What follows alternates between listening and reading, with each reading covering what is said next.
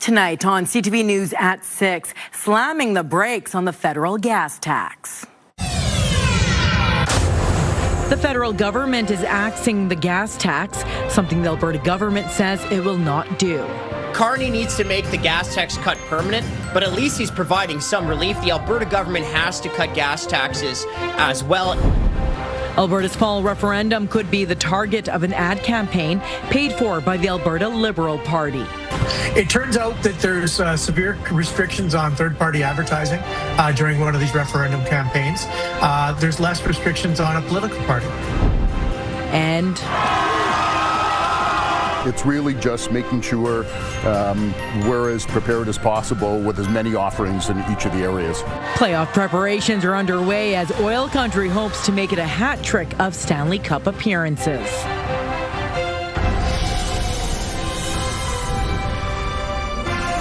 CTV Edmonton, local breaking news with Nariman Issa. Good evening. Last night, Mark Carney won his majority, and today he got down to business. The Prime Minister says his government will pause its gas tax for the summer. The Alberta government is watching closely, but says it has other ways to help Albertans save money right now. As CTV's Tyson Fedora reports, critics say it's time to follow the feds. The Prime Minister's first act with his now majority government was to suspend the federal gas excise tax. When Canadians are facing financial pressures, they carefully manage their expenses, and they expect their government to do the same. From April 20th to September 7th, prices at the pump could drop up to 10 cents per litre, 4 cents for diesel, and airlines will also see a reprieve on jet fuel. I passed another gas station that it was $1.70 something, so I sort of thought, even though I don't drive that much, I better fill up now. Every little bit helps. It always seems to be a little too high, but right now, yeah, it hurts. For many Albertans, the federal gas tax suspension is not enough. They say the provincial fuel tax should also go as well. But Alberta will continue charging drivers 13 cents a litre at the pumps. We do have a quarter where the oil prices are above $90 for a period of time. Then as of July 1st, that fuel tax will come off completely. Under Alberta's fuel tax relief program, if oil averages at least $90 a barrel for 3 months, the tax is then removed. But that's not good enough for the Canadian Taxpayers Federation. Carney needs to make the gas tax cut permanent, but at least he's providing some relief. The Alberta government has to cut gas taxes as well. They're trying to use long division as a reason why they're not cutting taxes. But look, Albertans are struggling with, how expensive everything is. Albertans want tax cuts, and the Alberta government needs to make that happen. One economist says pausing gas taxes does not actually solve the problem. It really doesn't matter whether it's 10 cents, 13 cents, whether you do it on gasoline prices, at the grocery store, whatever. The problem is, how do you boost people's incomes? And that's where the problem lies, and that's where the solution lies. Pump prices nationally have jumped an average of 40 cents a litre since late February because of the war in Iran. Tyson Fedora, CTV News, Calgary. The UCP government says it will continue to push Alberta priorities under a new Liberal majority government. That includes a pipeline project. One political scientist cautions the Premier might have to now contend with more of a balancing act. CTV's Connor Hogg explains.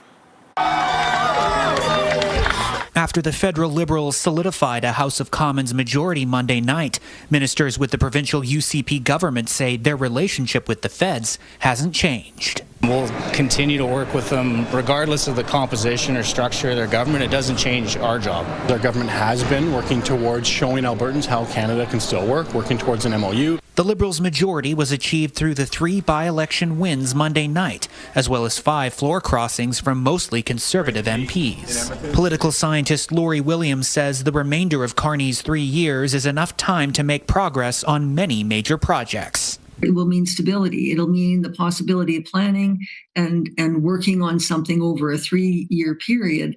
That's enough time to move things significantly forward. Williams says the Liberal majority could put Premier Danielle Smith in a tight spot politically as she navigates pipeline talks with the Prime Minister as well as the calls of separatists. If she becomes too closely tied to referenda and separatist causes, that could hurt her in the next election. We're still going to approach them in a way that best serves Albertans. That's the center of our mandate. That's why we got elected with our majority government of Alberta. The Canadian Association of Petroleum Producers says it's hopeful the Liberal majority means Canada will become the world's next energy superpower and urges immediate action to attract the investment required to build export infrastructure. Connor Hogg, CTV News, Edmonton. You could soon see ads telling you to just vote no on upcoming referendum questions paid for by the Alberta Liberal Party. The political strategist behind the effort wants to organize Albertans who oppose those questions and separation. As CTV's Jeremy Thompson reports, he also says partnering with a political party will make it easier. The objective is to gather as much money as possible and spend as much money as possible. Political strategist Stephen Carter wants to convince Albertans to vote no on all 9 questions going to referendum this October. That requires fundraising and advertising. It turns out that there's severe restrictions on third-party advertising during one of these referendum campaigns. There's less restrictions on a political party. While a third-party advertiser can only spend $607,000 during a referendum campaign, a political party like the Alberta Liberals has no limit. This is something that we can do that will make fundraising easier, it will make communications easier, it gives us a broader reach, and we're going to take advantage of that. I'm really disappointed with the current government. Alberta Liberal leader John Roggeveen is against separation, and he believes the existing referendum questions on immigration and the relationship with Ottawa are bad for Alberta. It's a moral alignment with Carter's cohort. Anybody that wants to work with us, we're more than happy to talk to so that we can deal with this referendum and make sure that it doesn't succeed. I encourage everyone to get involved in the fight to save Canada. It is the fight of our lives. Last week, the opposition NDP launched its own initiative to counter the referendum questions called For Alberta, For Canada, and the man behind last summer's successful Forever Canadian petition continues to prepare for a question on separation to be added to October's ballot. Thomas Lukaszuk tells CTV he welcomes the help, but wants Albertans to know their info will likely be saved in a database if they donate through a political party. We're not in this to further anyone's agenda. We're in this to ensure that Danielle Smith's agenda is defeated. The Liberals will appoint a new board of directors at their AGM in early May, then decide whether to move ahead with a referendum ad campaign. Jeremy Thompson, CTV News, Edmonton. The province has tabled a bill it says will speed up timelines for major projects in Alberta. Bill 30 would give regulators 120 days to approve or reject major energy, mining, and industrial projects. If the bill passes, the province says it would help Alberta's goal of doubling oil and gas production by 2035. Projects would still need to undergo environmental impact assessments and Indigenous consultations. The Energy and Minerals Minister says while the province will pick the projects to expedite, final approval remains with the regulators. Alberta Energy Regulator is the regulator. We are politicians. They make the decisions and we support them with policy. So this is up to the AER. But what we can do is, I was recently involved in a similar thing in Fort McMurray, and somebody went away for a holiday for a month. What happens to that project and that application while that person's away on holidays? Well, I can tell you what happened to me. Nothing. Now, to qualify, projects would require a minimum capital investment of $250 million and must align with the province's priorities. The province is introducing a new cybercrime task force to address extortion and digital fraud. Financial exploitation has been a growing problem, targeting families, seniors, and businesses. Fraudsters are often overseas, making them difficult to identify and stop. The province says the task force will be made up of experts in law, technology, and consumer protection working with members of government. They will work to make recommendations focusing on legislation and regulation. The Alberta Serious Incident Response Team is looking for witnesses after the death of a woman arrested by Edmonton police. ACERT says last month, police were called to a Millwoods restaurant for a woman disturbing customers. She was arrested and transported to a holding unit where she was found unresponsive on arrival. She died shortly after in hospital. RCMP are showing off some of what was recovered during a police retail crime bust. RCMP in 8 Alberta communities participated in the 10-day blitz. Officers recovered more than $40,000 in stolen merchandise. Police say more than $26,000 worth of clothes were found during the search of one St. Albert home. RCMP made 65 arrests and laid 48 criminal charges. Nearly half of the people that were arrested were either wanted on warrants or had previous charges. Well, playoff hockey is returning to Edmonton. Oilers fans around the city are starting to feel the buzz and are hoping for another shot at the Stanley Cup. CTV's Evan Kenny has more on the fans and the upcoming festivities.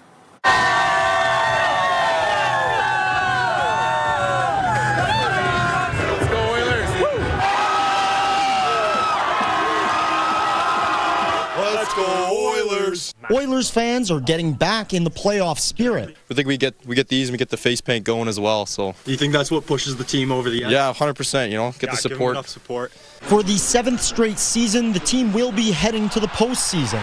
It's still unclear where the Oilers will finish in the standings, with only 4 points separating the top seed in the Pacific Division from the last wildcard spot. Wasn't so clear early in the year, but I think the matchups, they'll be in good shape this year. I'm definitely optimistic. I think they're going to make a push. I think the Oilers have impressed from where they were supposed to be, the way it was looking at the start of the year, and we have a lot of momentum moving into the playoffs. With another year of Oilers playoffs comes another year of watch parties at Ice District. Don't change what's working, and we know from everybody this is probably the most spectacular fan experience in North America. More than 30,000 people can take in the games at Ice District Plaza, Fan Park, or inside Rogers for home and away games. It's really just making sure we're as prepared as possible with as many offerings in each of the areas.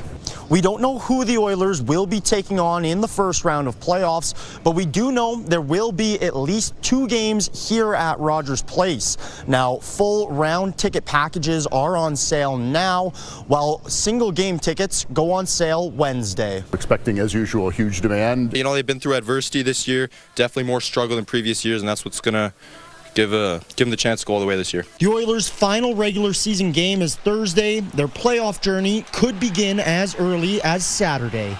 Evan Kenny, CTV News, Edmonton. All right, let's check in on weather. Josh Clausen not here. He's joining us live from the Full House Lottery show home in Keswick. And Josh, what can you tell us about this house? You know what? The house is fantastic. It's one of 4 grand prizes this year in the Full House Lottery. And when you get your tickets, you're not only supporting the Royal Alexandra Hospital Foundation, but also the University Hospital Foundation. And we've got Sean Price with the University Hospital Foundation. Big deadline coming up midnight tomorrow, right? Midnight tomorrow, final deadline to get your main lottery tickets. Okay, so if anybody doesn't have them, go online right now, fullhouse.ca. Let's talk about some of the prizes. Neriman was just asking about this. This house is pretty great. It's absolutely amazing. Most beautiful house I've ever been associated with Full House Lottery.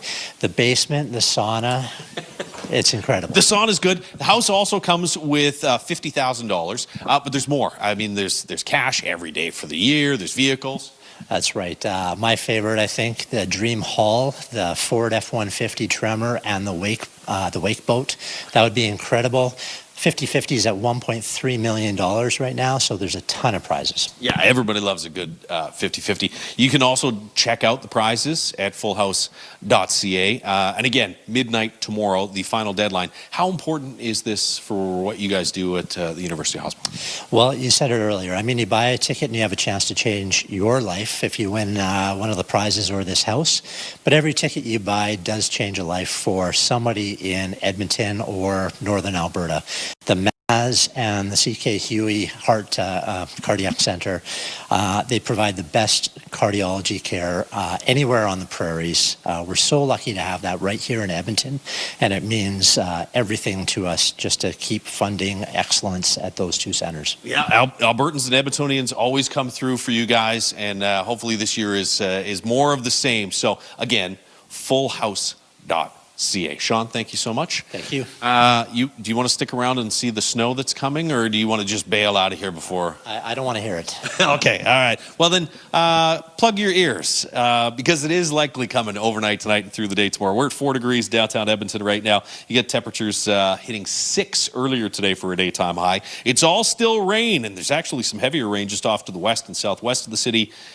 Looks like after 9, 10 o'clock tonight, closer to midnight, that will flip over to snow, and we've got periods of snow in the forecast for tomorrow with temperatures falling. A little gusty and about -2 by tomorrow afternoon. Tell you how much snow to expect in just a few minutes.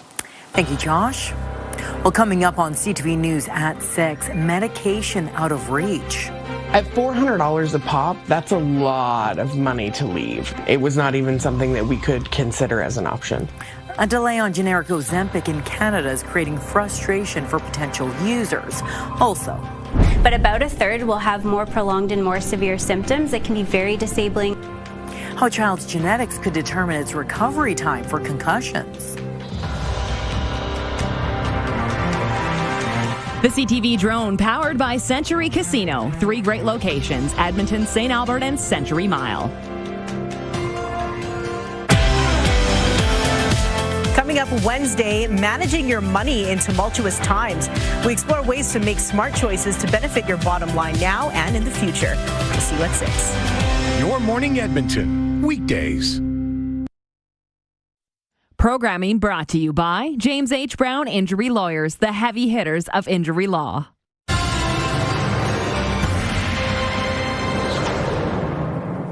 Months after Ozempic lost patent protection in Canada, a generic version is still not available. Now, for many, that means the drug is out of reach due to cost.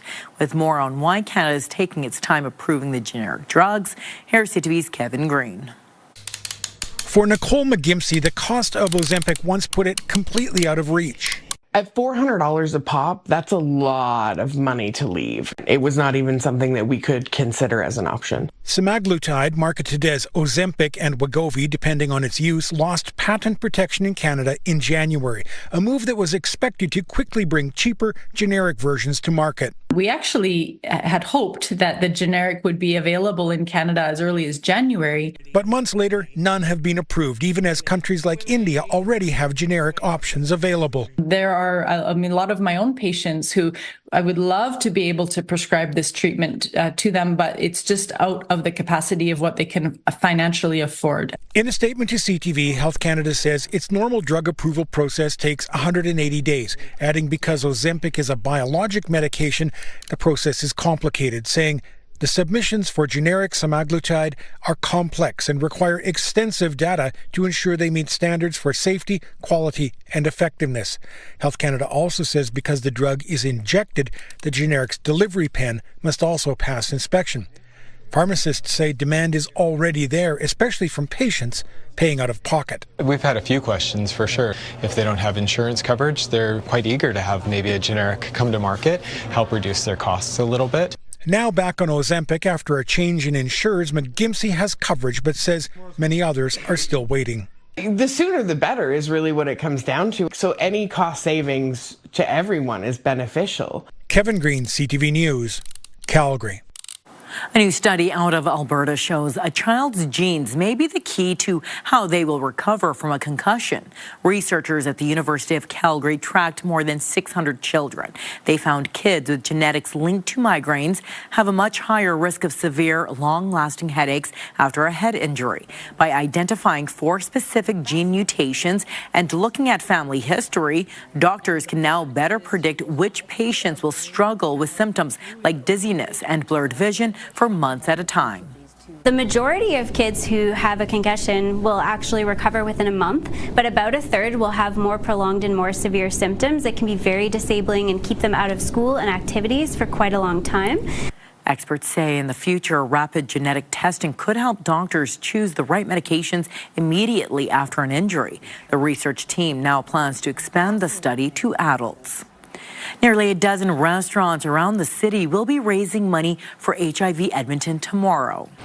Hakahutla is one of 9 restaurants taking part in a Taste for Life. The event has been raising money for HIV Edmonton since 1999. Tomorrow, the participating restaurants will donate a portion of their sales to the organization.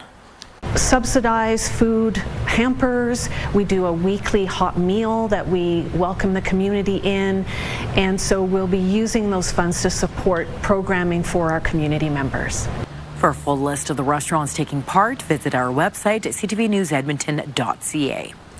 Edmonton is hosting the Canadian Wheelchair Basketball League Finals this weekend. Athletes from across the country will compete at the Saville Centre. The tournament is expanding this year to bring in a third division of players. 2 wheelchair basketball players told Your Morning's Kent Morrison that it's good to see the game expanding. This is also the 50th anniversary of the Alberta Northern Lights Wheelchair Basketball Society.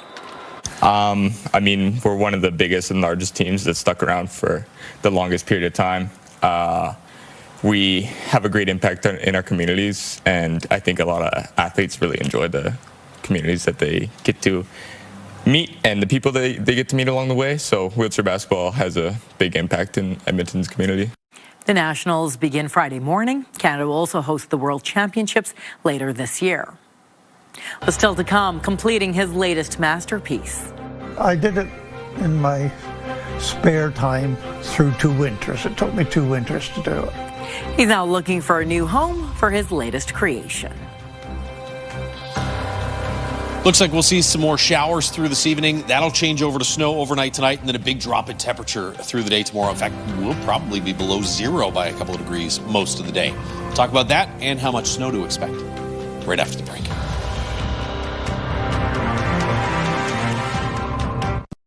Programming brought to you by James H. Brown Injury Lawyers, the heavy hitters of injury law.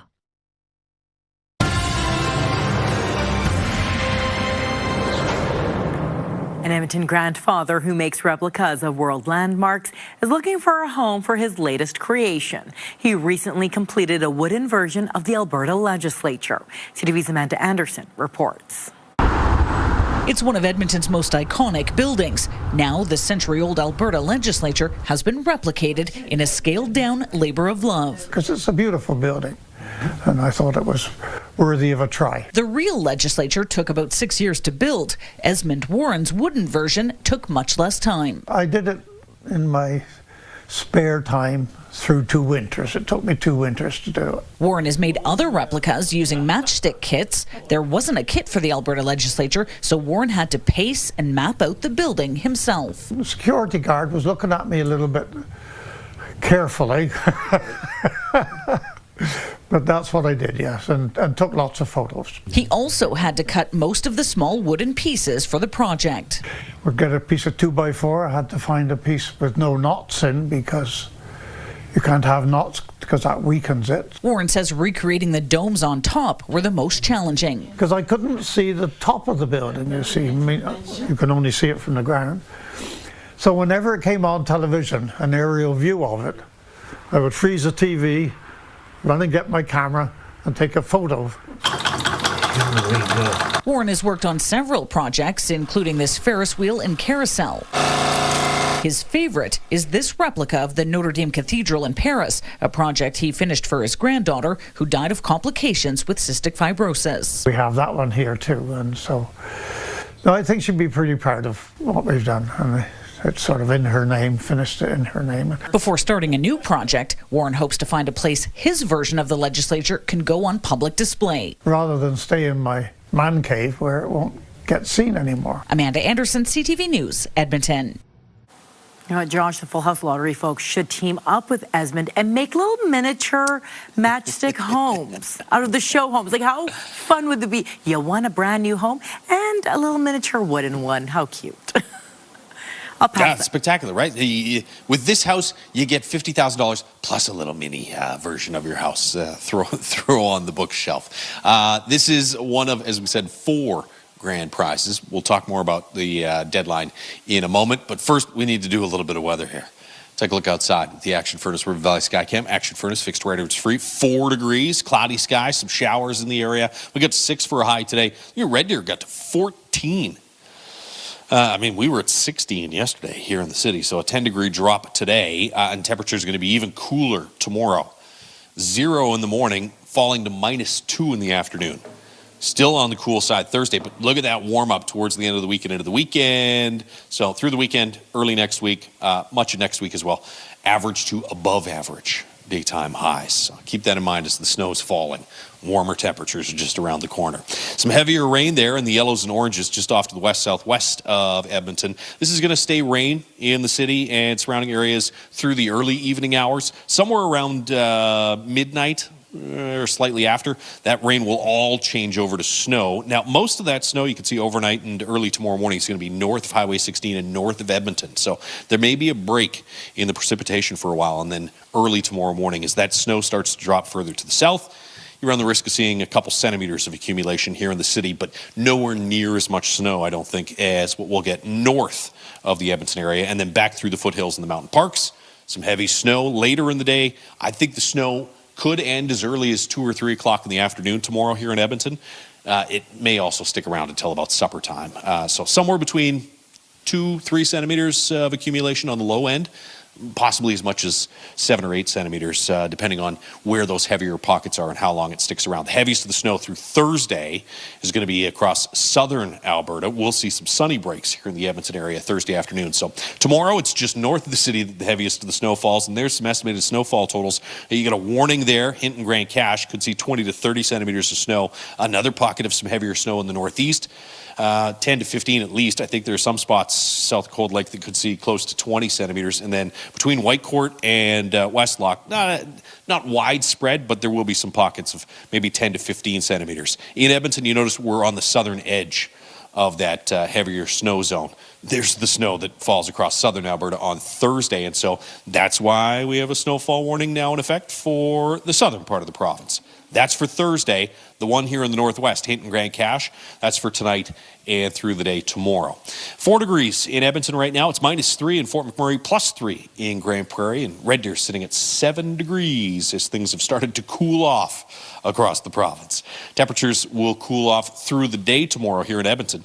0 in the morning, -2 as we'll just kind of hold steady in that range through the afternoon. Wind gusting to about 30 kilometers per hour, so blowing snow is going to be a bit of an issue, as well as some slick and at times icy roads tomorrow, especially I think for the morning commute. 2 degrees Thursday, 7 on Friday, and then 12 and 16. That looks pretty good through Saturday and Sunday.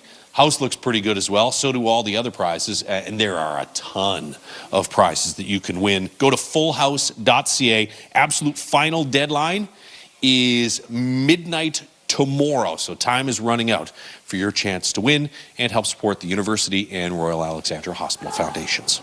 Nerman. Thank you, Josh. Well, still to come on CTV News, a hat trick of Liberal by-election wins. I think for the Conservatives, the message that they should be receiving last night is whatever their strategy was doesn't work. The fallout for the Conservatives that saw their vote share shrink. Also, we've got 93 brand new aircraft on order. And the last time we came out with a new interior was about 10 years ago. Air Canada's introducing a new flying experience, but at what cost?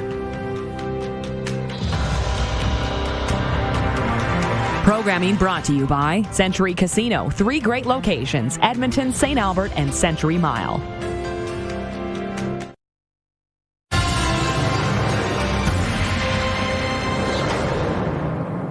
A complete sweep of 3 by-elections yesterday gave the Prime Minister his Liberal majority.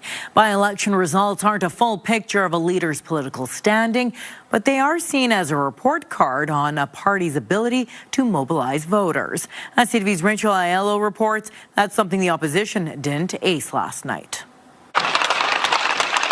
After scoring an electoral hat trick, Prime Minister Mark Carney hit the ice today, recharged. Not the case for Conservative leader Pierre Poilievre, who, after being dealt double-digit defeats in all 3 by-elections, felt compelled to assert he's not going anywhere. I will continue to lead that fight in this House, across this country, and in the next election. The Conservatives' vote share shrunk by more than 10% in all 3 ridings, even dropping to 3rd place in the downtown Toronto race. I think for the Conservatives, the message that they should be receiving last night is whatever their strategy was doesn't work. While Conservatives say these 3 ridings were not Poilievre's to win, they know the downward trend isn't a good sign for the party. It leaves them in a less, well, let's say a weakened position relative to where they, have been. If you were Mr. Poilievre, would you quit today?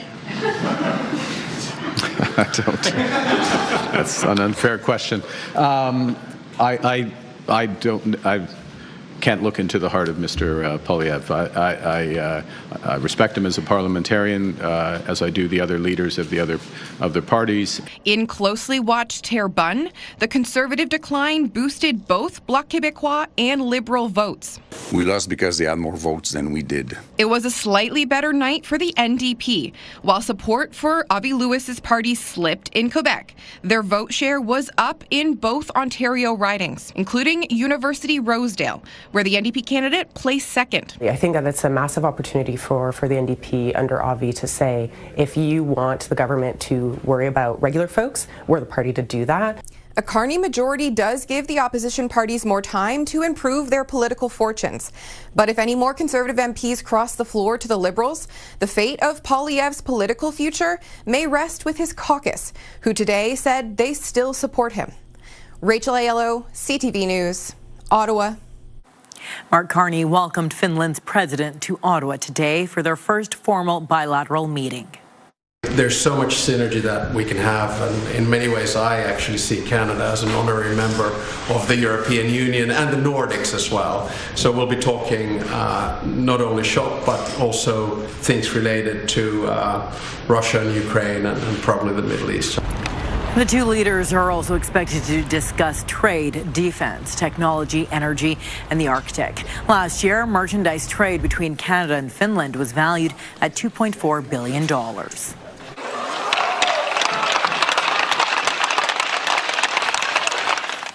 And the leaders of the two hockey-loving nations also hit the ice. They attended an Ottawa Charge practice and took part in some drills. Carney was a goalie at Harvard and Oxford. Alexander Stubb played pro in Helsinki. Air Canada is introducing new cabins that it says will change passengers' air travel experience. The question is, how much are travelers willing to pay? CTV's Genevieve Boschman reports. We're bringing the beauty of Canada to the sky. Air Canada is calling it the most significant cabin redesign in its 90-year history. Passengers will catch a ride in the upgraded interiors, including the luxury of some lie-flat seats on long-haul flights. This aboard the company's new Airbus A321 XLR and Boeing 787-10 aircraft. The rollout will begin this summer, and all cabins will eventually see upgrades. We've got 93 brand new aircraft on order. And the last time we came out with a new interior was about 10 years ago. And the airline is borrowing from the national anthem and naming the project Glowing Hearted, leaning into Canadian themes. The comfy seat, big screens, larger overhead bins are a big investment, and the airline will no doubt need to pass on costs to travelers. So it's not that those seats necessarily will cost more because of this, but we'll have more premium seats, which is really good for our business. Still, it could squeeze out lower-cost seats, but analysts say the market is split between low-cost carriers and luxury brands, and Air Canada is finding its niche on some aircraft. People are buying premium services. They're buying the premium tickets. So, they're kind of figuring out that, the cattle call that we have in the back of the bus is something that they want to stay away from. Privacy wings, big screens. Some frequent flyers say paying extra for extra luxury is the future of flying. If you got a little bit more comfort and you know you're going to go that way, then yeah, that's the way you go. Well, it just depends on what kind of budget you're on. Yeah, I can't afford first class or business. Air Canada calls it a reimagined travel experience, and some analysts say the overhaul was long overdue. Genevieve Boschman, CTV News, Montreal. Israel and Lebanon have agreed to launch direct negotiations at a mutually agreed upon time and place. The decision follows a trilateral meeting held by the United States in Washington. We discovered today that we're on the same side of the equation, and that's the most positive thing we could have come away with. We are both united in liberating Lebanon from an occupation power dominated by Iran called Hezbollah. It was the first direct talks between Israel and Lebanon in decades. Both sides say the discussions were positive, but it's unclear if they reached any common ground. The Lebanese ambassador called for a ceasefire during the meeting, as well as the return of displaced people. She also wants measures to alleviate the humanitarian crisis in Lebanon caused by the conflict. Israel entered the talks, ruling out discussions of a ceasefire and demanding Beirut disarm Hezbollah. U.S. President Donald Trump says talks to end the Iran war could resume in Pakistan over the next 2 days. That was echoed by the Gulf, Pakistani and Iranian officials who have also said negotiations could restart later this week. Talks in Islamabad on the weekend did not yield an agreement, raising doubts about the fate of a 2-week ceasefire. Iran's nuclear ambitions were a key sticking point. And the collapse of those negotiations prompted Washington to impose a blockade on Iranian ports. More than a dozen American warships are involved in the operation, and U.S. Central Command says no Iranian ships made it past the blockade in the first 24 hours it was in place. 6 merchant vessels turned back. Tehran has essentially enclosed the crucial Strait of Hormuz for oil and gas transport since the war began. Well, new video shows the joyous moment the Artemis 2's capsule was first opened after a successful splashdown. Say it. Yes! Let's go! Cheers broke out as the crew opened the capsule after they spent nearly 10 days in space on a moon mission. There was plenty of smiles on the crew's face and a lot of fist bumping welcoming them back home. Now, the capsule streaked back to Earth at blistering speeds before parachuting softly to what NASA called a bullseye landing. The Rock and Roll Hall of Fame has named a diverse group of inductees for 2026. Today is gonna be the day that they're gonna throw it back to you. Oasis is among the groups who will be recognized for music, the hall says, that changed the industry. Other artists getting the nod this year include Sade, Billy Idol, hip-hop collective Wu-Tang Clan, Luther Vandross, and Iron Maiden. Phil Collins will be honored for his solo work after being inducted with Genesis back in 2010. The official ceremony takes place November 14th in Los Angeles. But still to come, the value of women's work. There is no work without care work. No one can go to work if their children, their elders are not cared for. Calls for the government to do more to end the gender pay gap. Also, it's hard when you start to use it, and you can use it, every year, and then all of a sudden it's gone. Alberta closes its crowdfunding campaign, what it means for one nonprofit.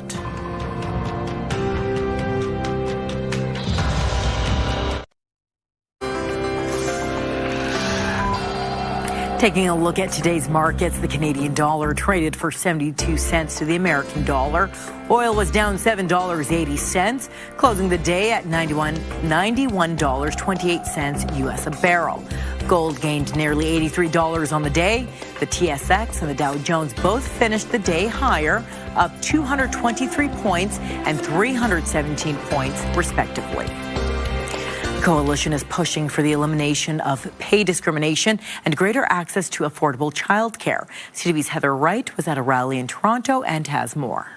Equal pay! Equal pay! Today is the 104th day of 2026, a day that marks the extra time the average woman needs to work to earn as much as the average man. We're here today because we believe in equal pay, simply put. At a rally in downtown Toronto, members of the Ontario Equal Pay Coalition called on the government to do more to close the gender pay gap, specifically when it comes to the care economy, jobs that are typically held by women, including nurses, personal support workers, and educators. We're still not giving childcare people what they need. The educators can't come today, so that's why I came.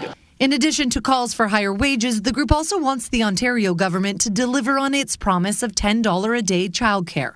The federal government had set an April 2026 deadline of reaching that threshold. And while Newfoundland and Labrador, Prince Edward Island, Quebec, Manitoba, Saskatchewan, Yukon, the Northwest Territories, and Nunavut have all met the $10 a day target, Nova Scotia, New Brunswick, Ontario, Alberta, and British Columbia have not. The group says unaffordable childcare disproportionately burdens women. There is no work without care work. No one can go to work if their children, their elders are not cared for. According to Statistics Canada, women aged 25 to 54 earned 89 cents for every dollar earned by men in 2025, up from 81 cents in 1997. And while that pay gap has slowly shrunk over time, another one is growing.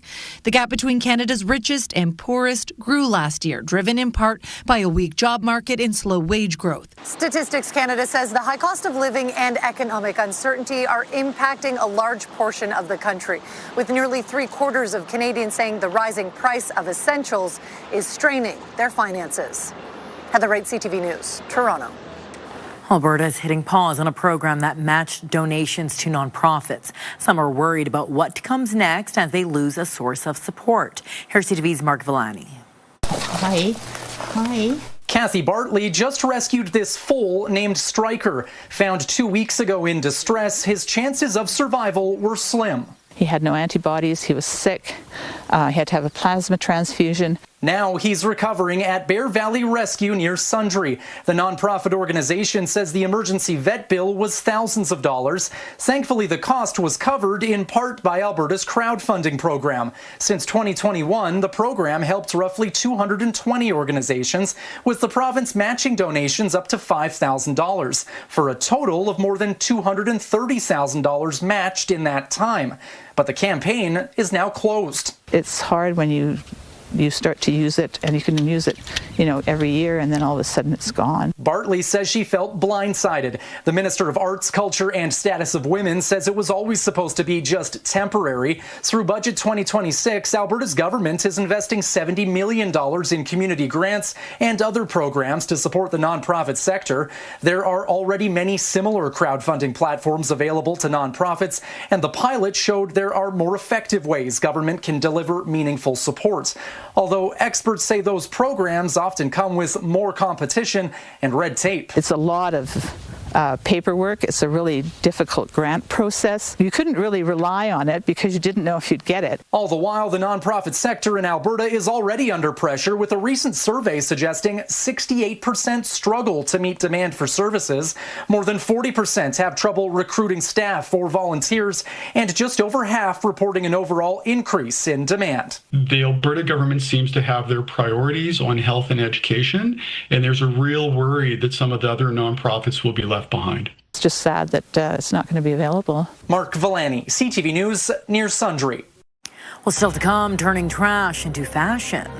They learned about textile waste and how it's a huge problem all over the world. Local teens take textile waste and make it into wearable art.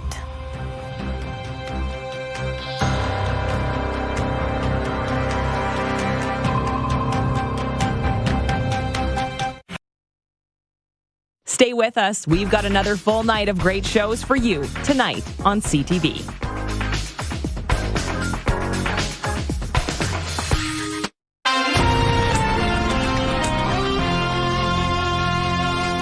From the landfill to the runway, young designers have turned discarded garments into fashion creations. A clothing exhibit at City Hall is showcasing the efforts of students trying to reduce textile waste. The city says from 2022 to 2024, Edmontonians threw out more than 39,000 tons of clothing and fabric. Now that's roughly the equivalent of nearly 6,500 elephants. It's encouraging people to consider upcycling to reduce landfill waste. 13 students between the ages of 14 to 18 did their part by designing and creating outfits using clothing, fabric, and materials from local thrift stores. They got education, they learned about textile waste and how it's a huge problem all over the world.